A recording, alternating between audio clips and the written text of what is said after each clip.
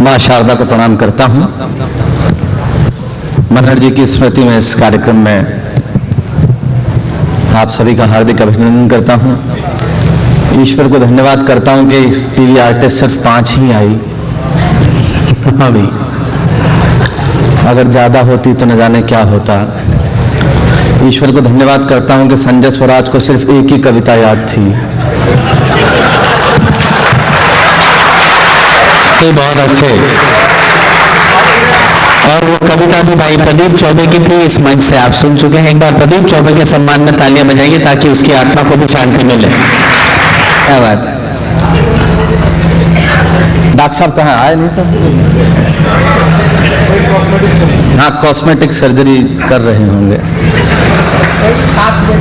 अच्छा, संतोष रंजन जी कह रहे हैं साहब बहुत बढ़िया कवि सम्मेलन चल रहा है, खूब अच्छी अच्छी बातें हो रही हैं। मुझे समझ में नहीं आ रहा है कहाँ से शुरू करूं कहाँ से न करूं। मेरे तो अभी वो भाषण ही 3-4 थे, वो अभी तक दिमाग से उतरे नहीं हैं, क्योंकि इनके सास भी कभी बहू थी ने हमें तो वैसे ही पहले बहुत दुखी किया है। उस वक्त गुजरात के अंदर 35,000 लोग भूकंप में मरे, कुछ नहीं हुआ। एक दिन इनके सीरियल में मीर मर गया, 3 दिन खाना नहीं मिला घर के अंदर। बहुत अच्छे, तो बढ़िया है शैलेश, वाह क्या बात है। हद हो गई साहब, ये टीवी ने देश का बिगाड़ा कर रखा है। हमारे पड़ोस में रामलाल जी रहते हैं, अपनी बीवी के साथ टीवी देख रहे थे। बच्चे ने एकदम देखा कोई खराब सा सीन आ गया, दोनों मियां बीवी ने मुंह घुमा लिया। 5 मिनट बाद बच्चा बोला वापस मुंह कर लो, सीन गया। बहुत अच्छे, क्या बात है। ये कमाल है टीवी का। तो मैं इनसे बड़ा दूरी रखता हूं, लेकिन मेरी इच्छा थी कि वो यहाँ आते तो बैठते तो मैं उन्हें भी कुछ सुनाता। आशा है वो आ जाएंगे। कैसा, अब मैं कहां से शुरू करूं मुझे कुछ समझ में नहीं आ रहा है। जब से कवि सम्मेलन शुरू हुआ है, कभी मुशर्रफ को गालियां पड़ रही, कभी पाकिस्तान को कुछ नहीं बचा तो लालू को ही दे दी। मैं हूं विशुद्ध जोधपुर से आया, मारवाड़ी, अपन फोकट में किसी को गाली भी नहीं देते। कहा को दे साहब गाली, फोकट में अपन तो पैसा खर्च नहीं करें, जेब से अठन्नी नहीं निकाले अपन तो। मेरे घर पे आए एक आदमी स्विमिंग पूल के लिए चंदा लेने, मैंने 2 बाल्टी पानी टिका दिया। मैंने कहा इससे ज्यादा क्या लगेगा, अपना कंट्रीब्यूशन तो है। बहुत अच्छे, वाह। और एक आदमी आया बोला पैसा चाहिए, मैंने कहा काहे के लिए? बोले शमशान घाट पे बाउंड्री वॉल बनाने। मैंने कहा बदतमीज आदमी, किस जगह पे बाउंड्री वॉल बना रहा है? जहां जो अंदर है वो उठ के बाहर आ नहीं सकता।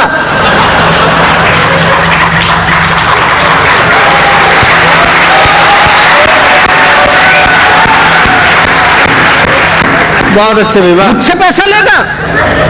जो अंदर है वो उठ के बाहर आ नहीं सकता, जो बाहर है वो जाना नहीं चाहता। गेट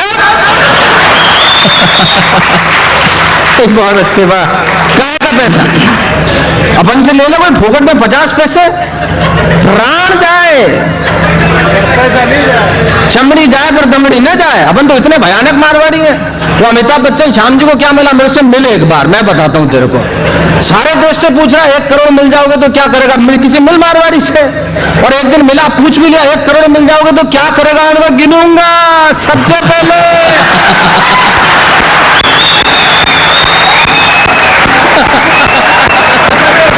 बहुत अच्छा है, क्या कहने, वाह वाह वाह वाह, ये बहुत अच्छे। अपने तो इतने डबल क्लास मारवाड़ी हैं। जब इनडायरेक्ट में ही काम चल रहा हो तो डायरेक्ट काय को गाड़ी चलानी अपने। मुशर्रफ पाकिस्तान भाड़ में गया पाकिस्तान। 2 कौड़ी का पाकिस्तान, 2 करोड़ की कविता खराब कर दी अपन ने। अपन ने तो मुशर्रफ को ऐसे ही निपटा दिया। मैंने तो अपने गली में 3 साल के बच्चे का नाम ही पाकिस्तान रख दिया है। जब जी करता है घुमा देता है 1 लाख, मिटक गया पाकिस्तान।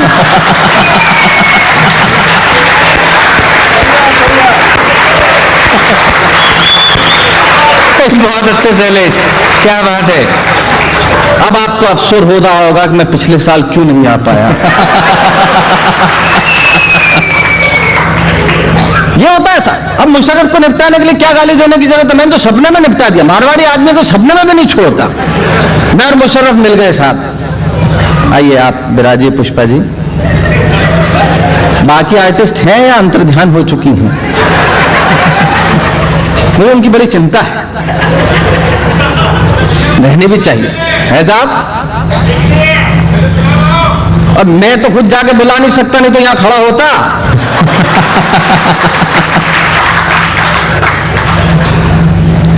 तो साहब मुशर्रफ को अपन ने तो सपने में निपटा दिया, मिल गया मुशर्रफ। मैं और मुशर्रफ दोनों मिले। मैंने कहा मुशर्रफ तूने भी पाप किए, मैंने भी किए, चल भगवान के पास चलते हैं, उनसे कुछ अपने पापों का कुछ कर्म वरम जो पूछ लेते हैं। ईश्वर मिल गए, मुशर्रफ और मैं दोनों को ही देखा।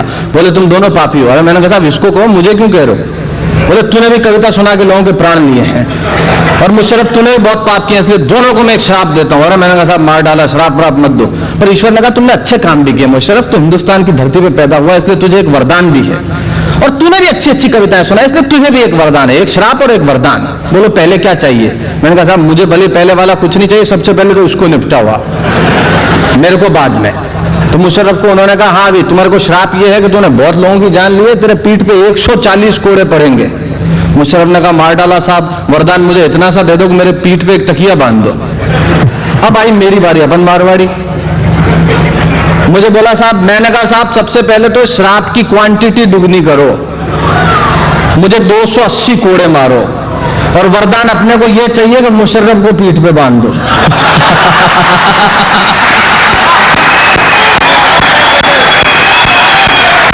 बहुत अच्छे, बहुत अच्छे, बहुत अच्छे, वाह।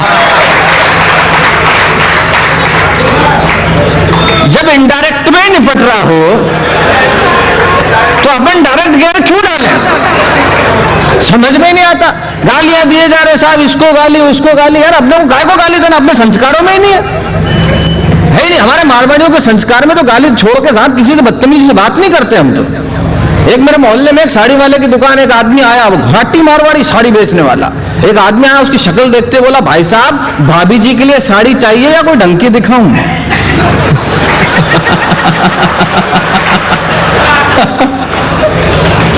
एक से बढ़ के एक है। मैं तो बीवी को ले गया घुमाने गोवा। हमारी मारवाड़ियों की बीवी बड़ी तेज होती है साहब। मैं चर्च में ले गया, कुछ भी समझ में नहीं आया। वहां ईसा मसीह थे, उसने श्रद्धा के मारे पांव छू लिए। मैंने कहा मेरे तो कभी नहीं छूती। बोले तू भी लटक जा।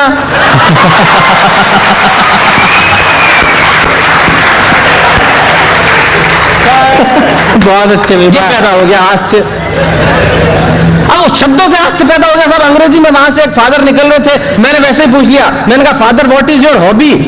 वो बोले नन। अच्छा है वाह।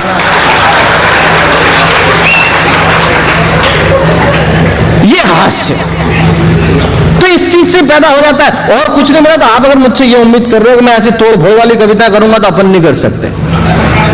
अपना चेची जी अलाउ नहीं करता है। अपन इतने सिंगल ब्रांड के आदमी साहब, शादी होने वाली जो होने वाले ससुर जी ने फोटो मंगाया, अपन ने भेज दिया। उधर से टेलीग्राम आया, बोले फोटो मांगा था एक्सरे नहीं। बोले आर पार दिख रहा है। अपन तो ऐसे क्या करेंगे साहब वीर रस। मैं तो जोश में आया, एक दिन घर पे गया और मैंने कहा माँ मैं तेरे दूध का कर्ज चुकाना चाहता हूं। माँ ने कहा पहले दूध वाले का चुका दे, 3 महीने हो गए। बहुत अच्छे। तो ये अपने से हो नहीं सकता। दूसरा बचा प्रेम प्यार की बात, वो अपन बिल्कुल ही नहीं कर सकते साहब, क्योंकि श्रृंगार और प्रेम की कविताएं वो करे जो करे। अच्छा वाह।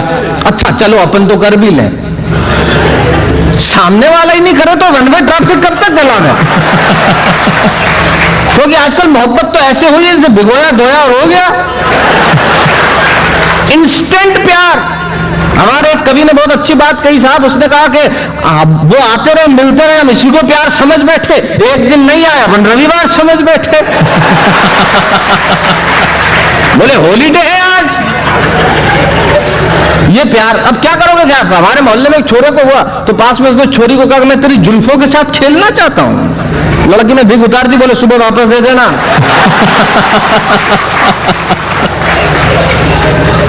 तो अपन ने तो प्यार व्यार में भी कुछ नहीं रखा था, ऐसे ही निपटा डाला। अमेरिका में एक छोरी को पास में घूम रही थी, अब लोकल ट्रेन के अंदर बैठी तो नाम पूछ लिया। मैंने भी पूछ लिया, मैंने कहा व्हाट इज योर नेम? इतनी अंग्रेजी तो अपने को आती है। What is your name? वो बोली मून। और मैंने कहा बड़ा अजीब सा नाम है मून। और भाई चेहरे पे उसका खराब से भाव आया हिंदुस्तानी को देख के। मैंने कहा आज इसकी ऐसी तैसी कर ही देते हैं, अपन मारवाड़ी। वो बोली मून। मैंने कहा अच्छा मून का मतलब तो चांद होता है। फिर उसने मुझसे पूछ लिया व्हाट इज योर नेम? मैंने कहा नील आर्मस्ट्रॉन्ग। अच्छा अभी बहुत अच्छे।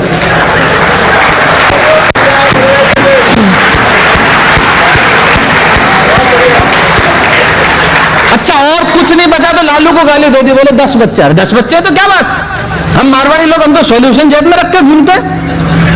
तो रोको, क्या करो, गाली क्यों देना। हमारे देश के कभी श्याम जी आया, खूब लालू को गालियां दी। ये सबके सब बहुत महान है कि इस लालू के 9 संतान है, ये इसी तरह परिवार आगे बढ़ाएगा तो देश का काम कैसे चलाएगा, टाइम भी तो चाहिए। ये देश के सब कवि बहुत महान है कि इस लालू के 9 संतान है, ये इसी तरह परिवार आगे बढ़ाएगा तो देश का काम कैसे चलाएगा। मैंने कहा टेंशन मत पालो, और लालू रबड़ी को तो गाली बिल्कुल मत दो। एक शब्द से कैसे हास्य उत्पन्न होता है प्रस्तुत करना चाहता हूं। मैंने कहा लालू रबड़ी को गाली देने की जरूरत नहीं है, टेंशन मत पालो, अपने पास आओ, परिवार अपने आप रुक जाएगा, कुछ भी करने की जरूरत नहीं है। अच्छा गाली क्यों देनी साहब। मैं तो अभी कवि सम्मेलन से लौट रहा था, सूरत से जा रहा था वापस जोधपुर, तो ट्रेन के अंदर वो एसी चेयर कार में मेरी टिकट थी, एसी में, इसलिए उस दिन मेरी फ्लाइट मिस हो गई थी। बहुत अच्छे, ये नहीं समझे वो भोगट गई कभी बुला लिया है। तो मैं बैठा हुआ था, मैं उतरा साहब चाय लेने के लिए, तो वापस जब लौटा तो मेरी सीट पे एक सज्जन बैठे हुए थे, गुजराती भाई साहब, सीट मेरी और उस पर कब्जा जमा के बैठा है। मैं चाहता तो गाली दे सकता था, हम मारवाड़ियों को संस्कार ही नहीं है गाली देना, काहे की गाली दे रहे। मैंने उनको कहा, मैं गया सीट पे, मैंने कहा भाई साहब नमस्कार, वो बोले नमस्कार। मैंने कहा आपका नाम, बोले शांति भाई। मैंने कहा बहुत अच्छा शांति भाई, देखो सीट मेरी लेकिन मेरी तमीज देखो आप। मैंने कहा बहुत अच्छा शांति भाई। मैंने कहा आपके पिताजी का नाम, बोले कांति भाई। मैंने कहा ऐसा है शांति भाई, ये सीट कांति भाई की नहीं है।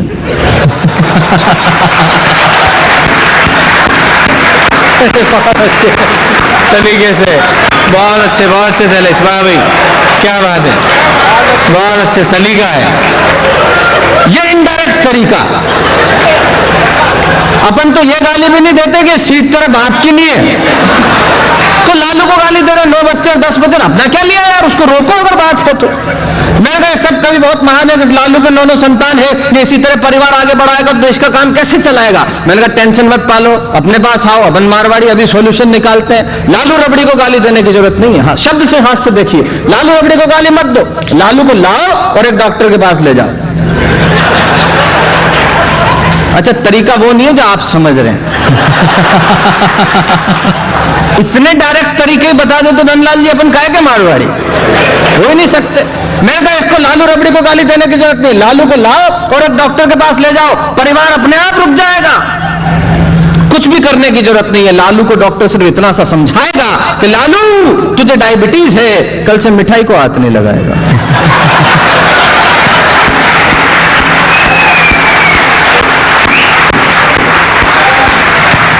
बहुत अच्छे विवाह। लालू तुझे डायबिटीज है, कल से मिठाई को हाथ नहीं लगाएगा, और मिठाई को हाथ नहीं लगाएगा तो परिवार अपने आप रुक जाएगा, क्योंकि मिठाई को हाथ ही नहीं लगाएगा तो रबड़ी के पास क्या चारा खाने जाएगा।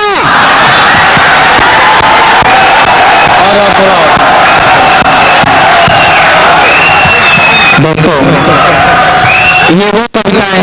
ये वो कविताएं थी जो इस साल के कोटे में थी, जो पिछले साल नहीं सुना है उसके लिए एक बार फिर बुला रहा हूं। एक छोटी सी झांकी पिछले साल की में हो जाए, भाई शैलेश लोढ़ा।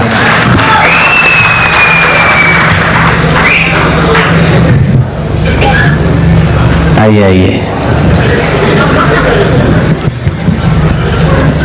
अच्छा ये तो कोई और है, और शैलेश सोच रहा है कि प्राची शाह इतनी मोटी होके कैसे लौटी। नहीं, मैं सिर्फ इतना सा सोच रहा था कि अंदर एक कॉस्मेटिक सर्जन है। पहले 4 युवतियां गई थी, देश की सर्जरी इतनी एडवांस तो नहीं हुई है।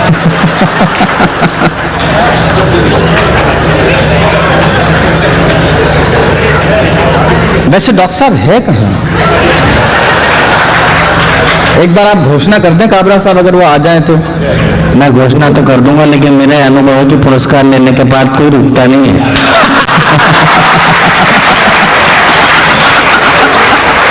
इसीलिए कहता है कि रखो। संतोष जी अगली बार आप आखिरी में दें। संतोष जी अगली बार आप पुरस्कार आखिरी में दें। कैसा आप बहुत बढ़िया ढंग से। और तो ये क्या बोल रहे हैं कि वो भी मारवाड़ियां, हो सकता है पीछे बैठे गिन रहे हो। अब वो तो बहुत भयानक मारवाड़ी है, मुझे तो टेलीफोन पे मालूम पड़ा साहब। लास्ट ईयर में नहीं आया, इस बार बोला आ जाओ। मैंने कहा आ जाएंगे। What goes off my father, Hindi अनुवाद आप खुद कर लीजिएगा। मैंने कहा आ जाएंगे, अपना क्या लिया जाए, जरूर आएंगे। बोले आ जाओ आ जाएंगे। असली बात पे वो आ ही नहीं रहे। फिर कुछ देर बाद बोले क्या लोग है, और मैंने कहा साहब आपसे क्या बार्गेनिंग करना, आप भी मारवाड़ी मैं भी मारवाड़ी। इतने प्रसिद्ध फिल्म गीतकार संतोष आनंद जी आ रहे हैं, उनको जो दे रहे हो उससे 100 रुपए कम दे देना। अपन क्या बार्गेनिंग करें। अच्छा ये मुझे बाद में मालूम पड़ा मुझसे बड़े मारवाड़ी है, बोले आप तो आ जाओ, उनको 100 ही दे रहे हैं।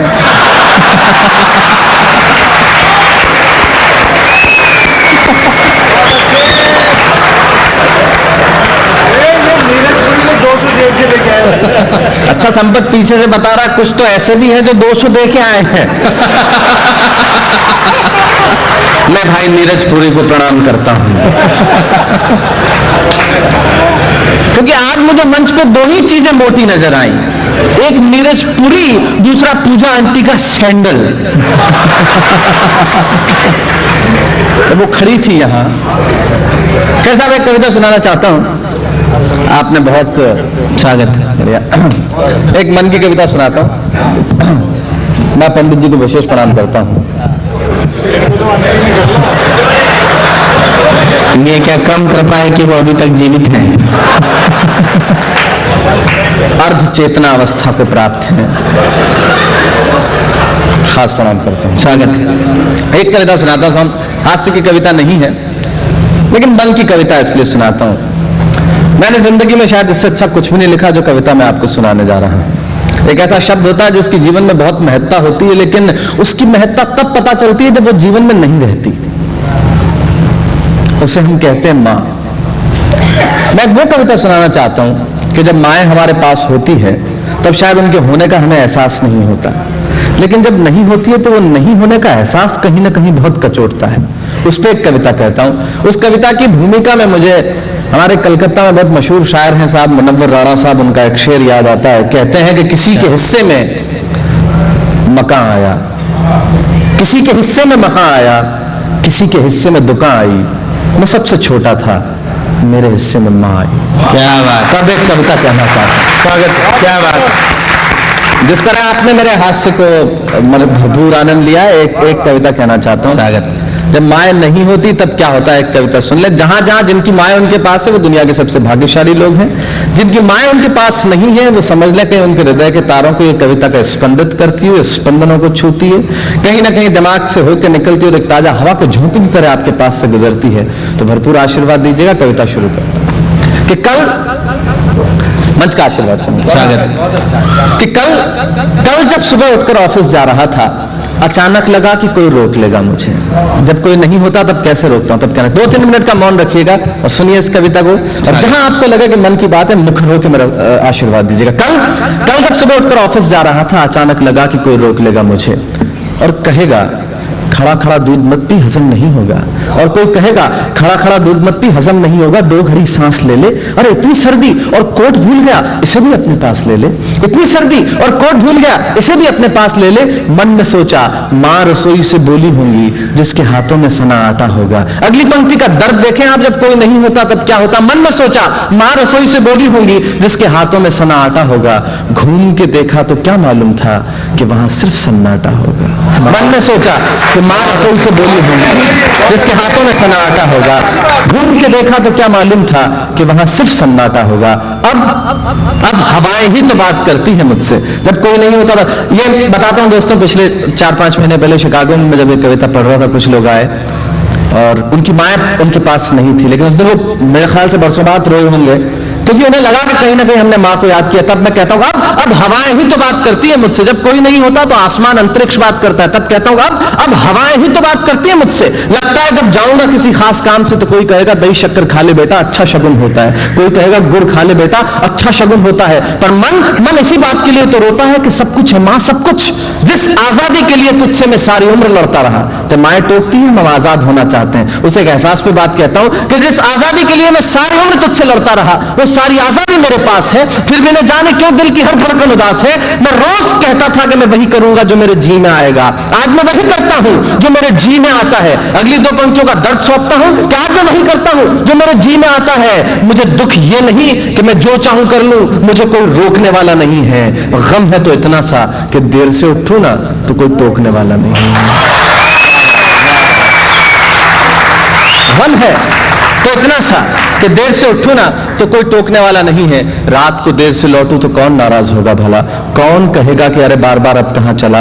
दोस्तों के साथ घूमने पर उल्हाने कौन देगा? मेरे वो तमाम झूठे बहाने कौन देगा? कौन कहेगा कि इस उम्र में क्यों परेशान करता है? आराम ये लड़का क्यों नहीं सुधरता है? पैसे कहां खर्च हो जाते हैं तेरे, क्यों नहीं बताता है? और सारे सारे दिन मुझे सताता है, रात को लेट आता है और खाना गर्म करने को जागती रहूं और दिन भर खिलाने को तेरे पीछे भागती रहूं और बहाती रहूं मैं आंसू तेरे लिए। कभी कुछ सोचा है मेरे लिए? कभी कुछ सोचा है इस बूढ़ी के लिए? खैर मेरा तो क्या होना है और क्या हुआ है, तू खुश रह लेना, बस यही दुआ है। और आज सारी खुशी ही खुशी। जीवन की सर्वश्रेष्ठ 2 पंक्तियां सौंपता हूं, अगर आपको लगता है कि बिल्कुल ठीक दर्द और संवेदना में डूबी बात कहिए तो जिस एहसास के साथ मैंने पंक्तियां लिखी उस एहसास को दुगना करके मुझे आशीर्वाद दीजिएगा। खैर मेरा क्या होना है और क्या हुआ है, बस तू खुश रह लेना, यही दुआ है। और आज सारी खुशी ही खुशी।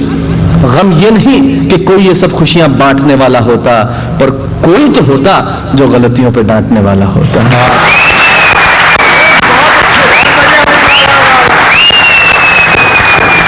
गम ये नहीं कि कोई ये सब खुशियां बांटने वाला होता, पर कोई तो होता जो गलतियों पे डांटने वाला होता। तू होती ना तो हाथ फेरती, कभी सर पर या हल्के से बाम लगाती दिवाली पे। बिल्कुल मैं आपसे शांति चाहूंगा। तू होती ना हाथ फेर के कभी सर पे बाम लगाती और हल्के से मेरा बदन सहलाती। दिवाली पर टीका लगा के 10 रुपए देती और कहती बड़ों के पांव छूना, आशीर्वाद मिलेगा, कपड़ा मत फाड़ना, और अगला कपड़ा अगले दिवाली को सिलेगा। बहन को सताता तो तू चाटे मारती, बीमार पड़ता रो रो के नजरें उतारती। परीक्षा से आते ही बादाम का दूध